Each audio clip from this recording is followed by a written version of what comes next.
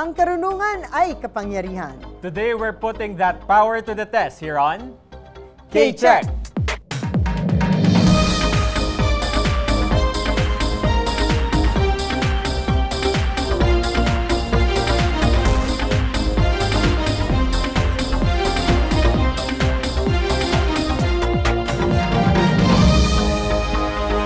Hello po sa lahat na nanonood sa atin. Ako po si Attorney Gabby Concepcion. At ako naman po si Jules Giang and welcome to K-Check! And here on our penultimate week of competition, pipiliin na natin ang ating huling set of daily winners at ang weekly winner who will take the last spot in our semi-finals round. At dahil malapit na pong matapos ang journey ng ating mga contestants, malapit na rin nating malaman kung sino sa kanila ang tatanghaling K-Check champion. Narito na ang apat na contestants na dadaan sa ating karunungan check sa araw na ito. Mika is a film student from UP Diliman. In her free time, she likes playing video games such as Honkai Star Rail and watching anime. Her most recent watch is Mobile Suit Gundam: The Origin. Si Chris is a mechanical engineering student of UP Diliman. He loves spending his free time watching movies or reading books of mystery or thriller genres. He also likes trying out new sports, like table tennis. Erica is a sports sciences student of PUP. She loves nature trips, visiting different coffee shops, watching anime, listening to music, and is a big fan of poetry. She also loves going to concerts and music festivals. And Chelly is a BE Ed of Math student of UP Diliman and the current president of UP Preschool Practitioners. She enjoys painting, cooking, and doing research in her free time. She actively supports free quality education and is an advocate for indigenous rights. She also loves watching anime and reading manga. These four will be competing under the watchful eyes of today's K-Check panel of experts. Unang-una, we have Professor Luisa De Leon Bolinao, former chair of the Department of History, UP Diliman. Sunod naman, we have Dr. Ian Kendrick Fontanilla of the College of Science, UP Diliman. And of course, we have Professor Eloy Hernandez mula sa Department of Art Studies, College of Arts and Letters mula sa UP Diliman. At ngayon, contestants, on to round 1. Each correct answer in this round is worth 10 points. Get ready to buzz in at dahil yan ang goal ninyo to get that early lead. Let's begin! This is round 1. Question number 1. Which actor known for films such as Top Gun and Mission Impossible series is to receive an honorary Oscar in November 2025 for his contributions to the film industry?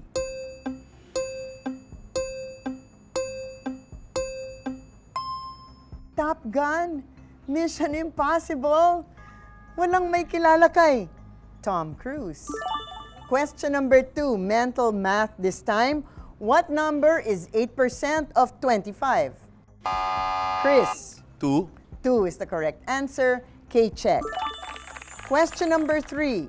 Which groups of islands off the coast of Ecuador in the Pacific Ocean were named the number 2 destination to visit in 2025 by the New York Times for its unique wildlife? Chris. Galapagos Islands. Galapagos Islands is the correct answer. K-check. Question number 4. What is the most populous country in Africa which is home to over 250 ethnic groups? Chris. Nigeria. Nigeria. It is home to over 250 ethnic groups including the Yoruba and Igbo. Question number 5. One of the 2 Philippine universities that made it to the QS Top World University Rankings in 2025 is what school playing as the Soaring Falcons in the UAP or the UAAP? Chris. FEU. FEU is incorrect.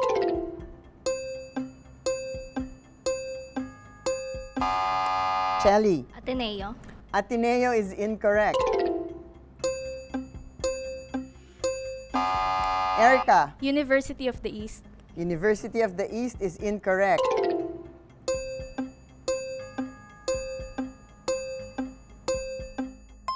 Ang Ateneo, Eagles. Ang University of the East ay Warriors. What was your answer, Chris? FEU are the Tamaraws. So, the Soaring Falcons belong to Adamson University. Question number 6. Which actress known for roles in Girl Interrupted and Maleficent is also a UNHCR Goodwill Ambassador? Erica. Angelina Jolie. Kala ko parang Tom Cruise ton. Angelina Jolie is the correct answer. K-check. Question number 7. Which ring-shaped pastry inspired the name of a type of curve in mathematics, often compared to a torus? Chris. Donut. Donut is the correct answer. K-check. Question number 8. What term refers to a chemical used to destroy germs and prevent infections, and it became famous in medical history thanks to Joseph Lister? Chris. Antibacterial. Antibacterial is incorrect.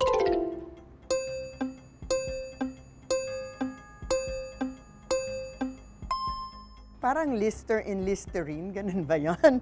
An antiseptic. Antiseptic is the correct answer. Question number 9. Which island in the Visayas is home to the provinces of Aklan, Antique, Capiz, and Iloilo?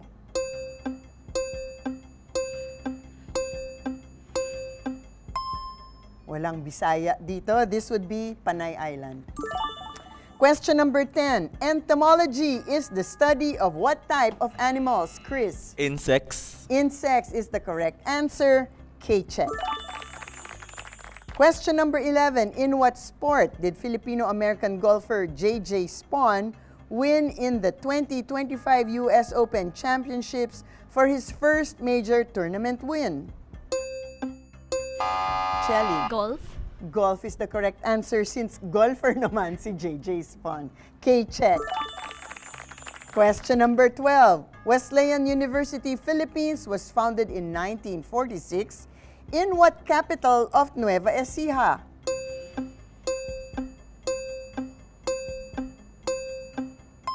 Actually, yung quizmaster, ginugulo lang kayo. Ang question is actually, what is the capital of Nueva Ecija? And the answer would be Cabanatuan City. And that's it for our first round. Thank you, Attorney, for that round. Let's do a scores recap. Nangunguna si Chris with 50 points, followed by Erica and Chelly with 10 points each. At si Mika naman pwede pang humabol sa susunod nating mga rounds. Pero before that, ito muna tayo, Attorney, sa favorite segment natin, kung saan mas kinikilala natin yung backgrounds ng ating mga contestants dito sa K-Chika! Okay, so si Mika muna ang ating kakausapin. So Mika is a fan of video games and anime. Yan ba ang mga genre ng mga pelikulang gagawin mo in the future, Mika? Yes po, I'm very interested in animated filmmaking. Actually, nagtitake din po ako ng GE. Hindi pala siya GE, film elective rather, on animation this sem. Have you watched yung sa Netflix lately, yung sobrang sikat na Kung saan galing ang soda pop. Yes and Golden? Yes po, yung K-pop Demon Hunters. At yun Yan, pala ang number Demon 1 Hunter. Netflix film of all time. Oh? Of all time. Kaka-release lang nila yung data na yun. So ready ka na ba na mapunta sa hanay na yun? Pwede rin po. Pwede rin po. Yes. Good luck, Mika. Good luck. Ito namang si Chris, di ba? Ano ba ang pinaka-memorable mong first movie or first read sa mystery thriller genre? Siguro yung pinaka-memorable kong first read would be Dan Brown's Da Vinci Code. It was the first book I was able to buy with my own money. Tapos I learned a lot about the history of art in France and cryptology. So, At what age did you discover this book? Um, And you were able to save enough money to Yeah. buy a book. I think it was grade 8 or grade 9. So maybe 14, 15 years old. So sa allowance mo galing ang pera. Yes.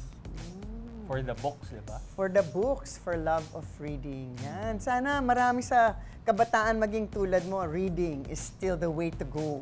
And a good book is always best imbis na tablet o telephone. Iba yung dating pa rin. Iba't pa rin ang dating ng libro. Tama. Salamat sa inyo, Mika and Chris. At itutuloy natin ang kwentuhan later. But first, maghanda na tayo sa round 2 dahil susunod na yan dito sa K-Check.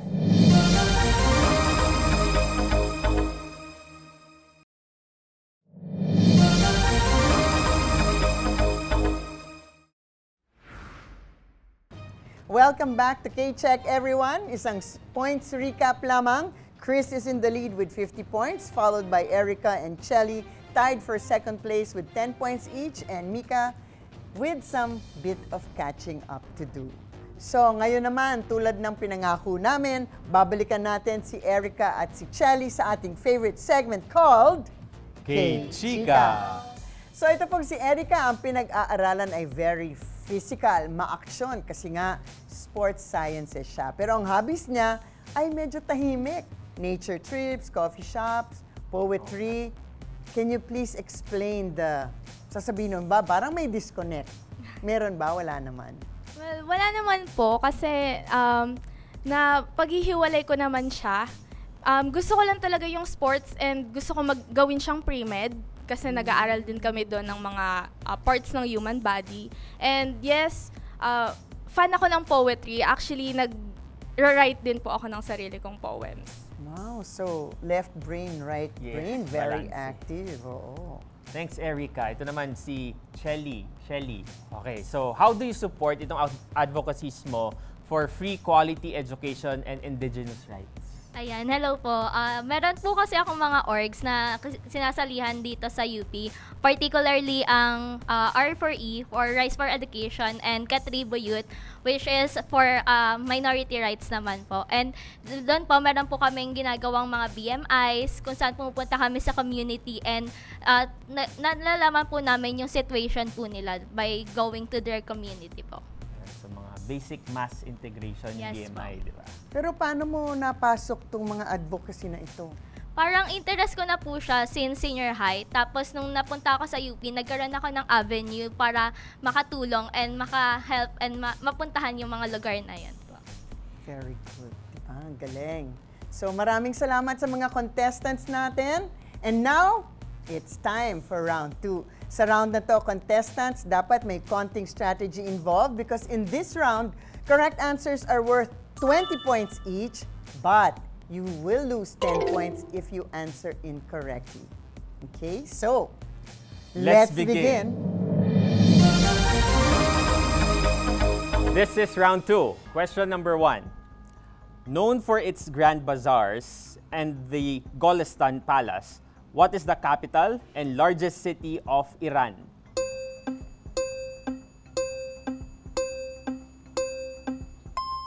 Correct answer is Tehran. Question number 2. Charles Darwin proposed a theory about how species slowly transform his Theory of evolution. theory of evolution or evolution is correct. Okay, check. Question number 3. Mark Walter bought the majority stake for about $10 billion for which NBA team based in Los Angeles? Erica. LA Lakers. LA Lakers is correct. Okay, check. Question number 4. In what city can you walk across the famous Tower Bridge or tour the British Museum and see the Rosetta Stone?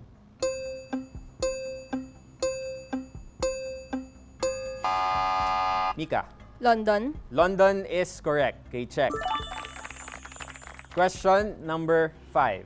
The next leap year will be in 2028. How many days are there in a leap year? Chris. 366 days. 366 days is correct. Okay, check. Question number 6. Which word literally means rebirth in French? Chris.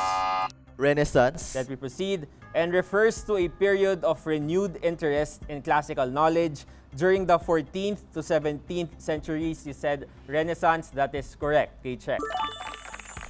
Question number 7 in geometry. What is the area of the rectangle having a width of 18 centimeters and length of 20 centimeters? Chris. 360 centimeters squared. 360 square centimeters is correct. Okay, check. Question number 8.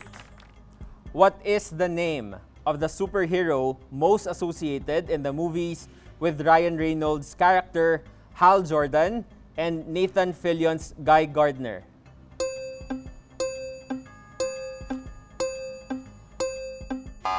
Mika, Deadpool. Deadpool is wrong. Superman. Superman is wrong. Only Chris and Erica can answer. Correct answer is Green Lantern. Question number 9. Known for its neutrality and banking system, the people of Switzerland are referred to by what nationality? Chris. Swiss. Swiss is correct. Okay, check. Question number 10. Which star of the series Stranger Things recently adopted a daughter with husband Jake Bon Jovi? Erica. Millie Bobby Brown. Millie Bobby Brown is correct. Okay, check. Question number 11. In which Southeast Asian country can you find Mount Levotobi, Laki Laki, which erupted in August 2025, spewing a column of ash over 10 kilometers high? Mika. Indonesia. Indonesia is correct. Okay, check. Last question for this round, number 12. In what nation did King Louis XVI reign, only to meet his end at the guillotine during the revolution? Mika. France. France is correct. Okay, check. That ends round number 2. And after that round, we have Chris in the lead with 150 points. Nasa second place naman ngayon, and it's a tie with 50 points with Mika and Erica, and Chelly with a bit of catching up to do. Talagang hindi mo talaga ma-predict kung ano mangyayari. Up next, ang pinakaiintay na Ultimate Pagalingan Round, dito lamang sa K-Check.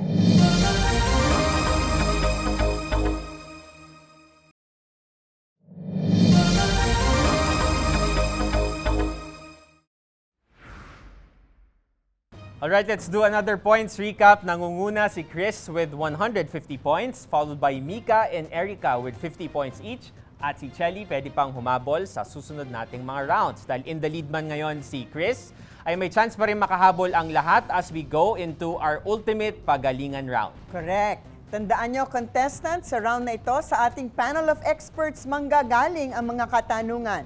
Also in this round, correct answers are worth 30 points each, but there will be a 15-point deduction for wrong answers. Contestants, please remember, for this multiple choice round, we will accept the answer itself or the letter and answer, but not the letter only. Good luck, everyone. Let's begin.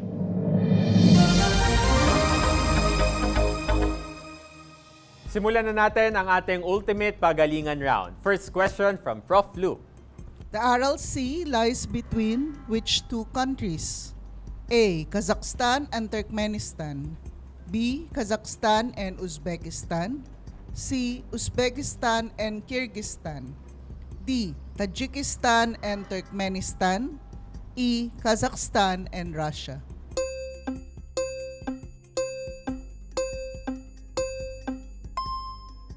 Okay, the Aral Sea, now largely dried up, lies between Kazakhstan in the north and Uzbekistan in the south. The correct answer is B, Kazakhstan and Uzbekistan. Thanks, Prof. Lu. Next question, Prof. Ian. Hindi lahat ng mga hayop ay may anus or puwet. Alin sa mga sumusunod na hayop ang walang puwet?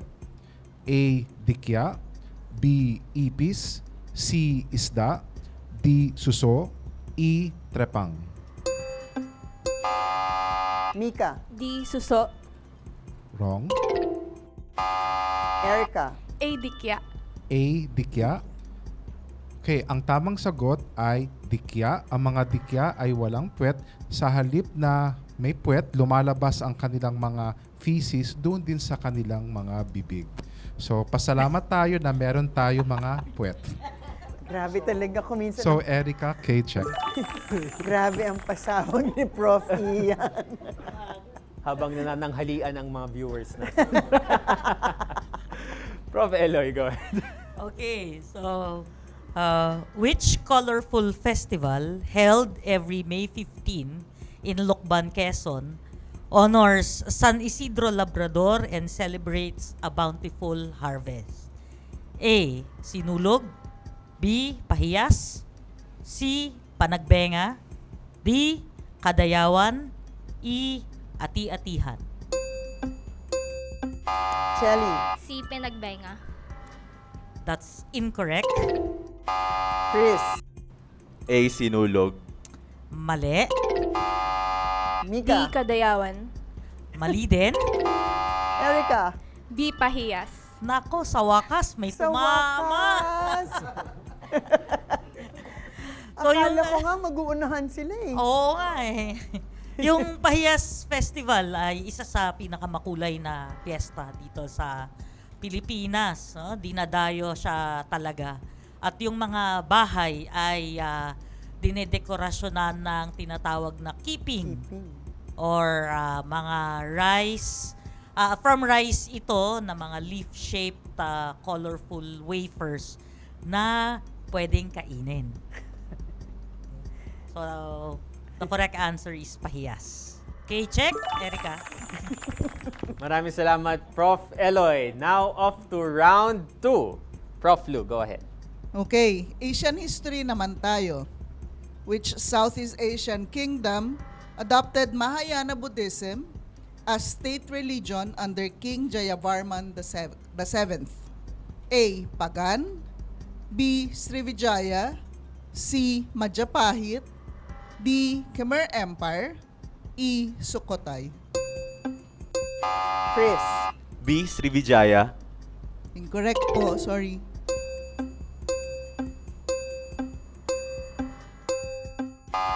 Shelly. D. Khmer Empire.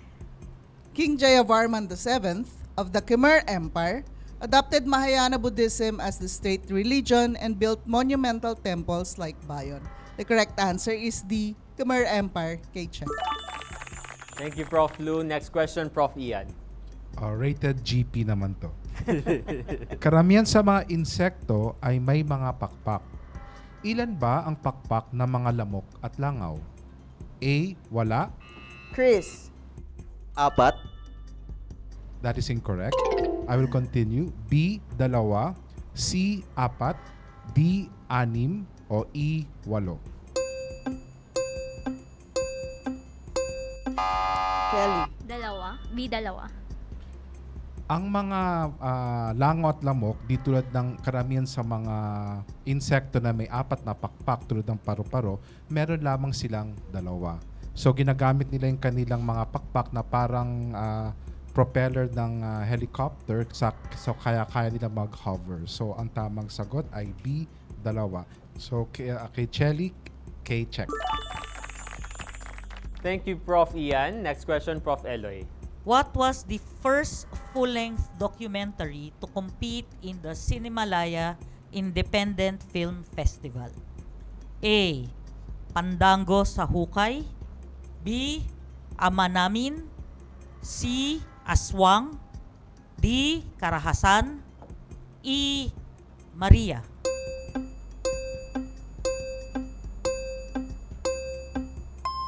Nako, yung film major natin. Ka-pressure na. Oo nga, na-call out.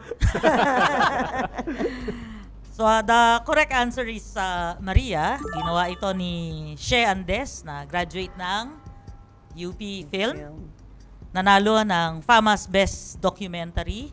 Tungkol ito sa epekto ng EJK sa 3 babae na ang pangalan ay Maria.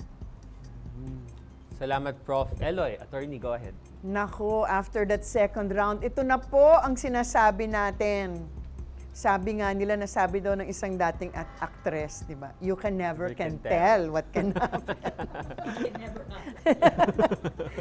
Well, after that second round here on that ultimate pagalingan, si Erica is in the lead with 110 points. Followed very, very closely by Chris, who has 105 points. Followed by Shelly with 45 points and Mika with 20 points. Pero sa next half natin, meron pa tayong 180 points. So, Correct. you can never can tell, sabi nila. yan ang motto natin dito. Okay, ituloy na natin ang ating last half, third round. Prof. Lou. Try natin sa world history. What event is widely regarded as the start of the French Revolution? A. The execution of Louis XVI. B. Tennis court oath. C. Storming of the Bastille. D. Women's March on Versailles. E. Formation of the National Assembly. Chris, C. Storming of the Bastille. The storming of the Bastille on July 14, 1789 symbolized the revolt against the monarchy. The correct answer is C. Storming of the Bastille, K-check. Thanks, Prof. Lou. Next question, Prof. Ian. Geologically, alin sa mga sumusunod na pulo sa Pilipinas ang pinakamatanda dito sa ating listahan? A. Luzon, B. Negros, C. Palawan, D. Panay, E. Mindanao.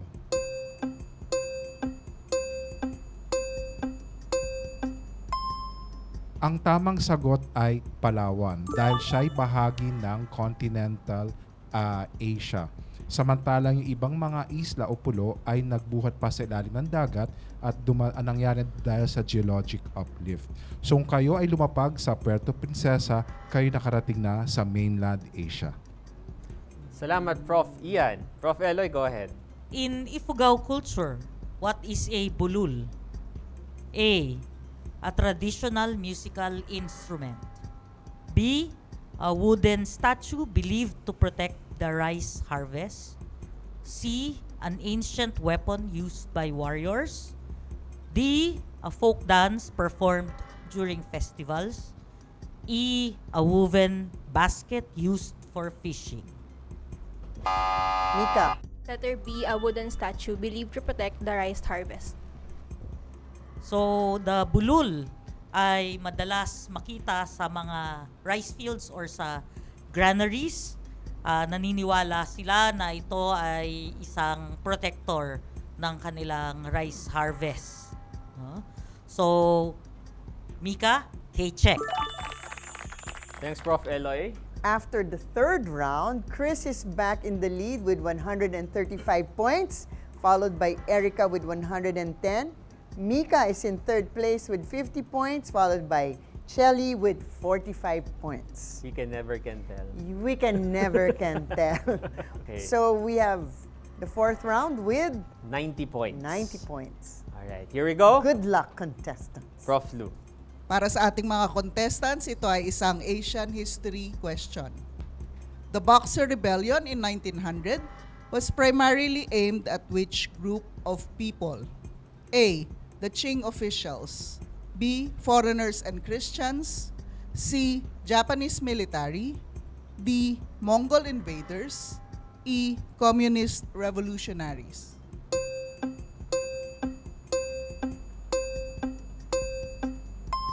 The Boxer Rebellion in China was an anti-imperialist, anti-foreign uprising targeting foreigners and Chinese Christians viewed as agents of Western imperialism. The correct answer is B, foreigners and Christians. Thanks, Prof. Lou. Prof. Ian, go ahead. Sa human anatomy, saang bahagi ng ating digestive system nagaganap ang pag-absorb ng digested materials para maidala sila sa iba pang bahagi ng ating katawan? Chris. Small intestine. Mahilig ka siguro sa isaw, ano? Ang tamang sagot ay small intestine dahil doon makikita ang may pinakamalaking surface area for absorption. So, Chris, K-check. Salamat, Prof. Ian. And now, for our last question, Prof. Eloy. Who was the architect of the Manila Central Post Office building? A. Juan Arellano. B. Daniel Burnham. C. Leandro Locsin. D. Andres Luna de San Pedro. E. Pablo Antonio.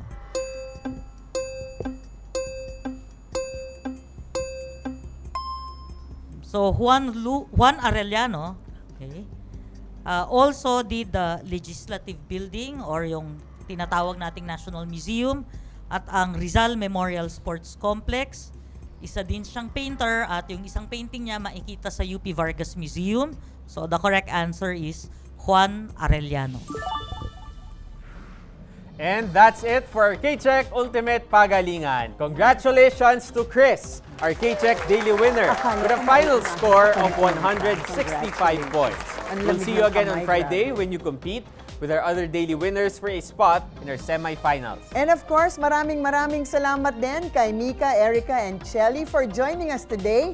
And of course, to the members of our panel of experts na palaging may pasabog, Professor Lou, Professor Ian, and Professor Eloy. Ako po si Attorney Gabby Concepcion. At ako po si Jules Giang. Please join us again tomorrow for another K-Check! K-Check!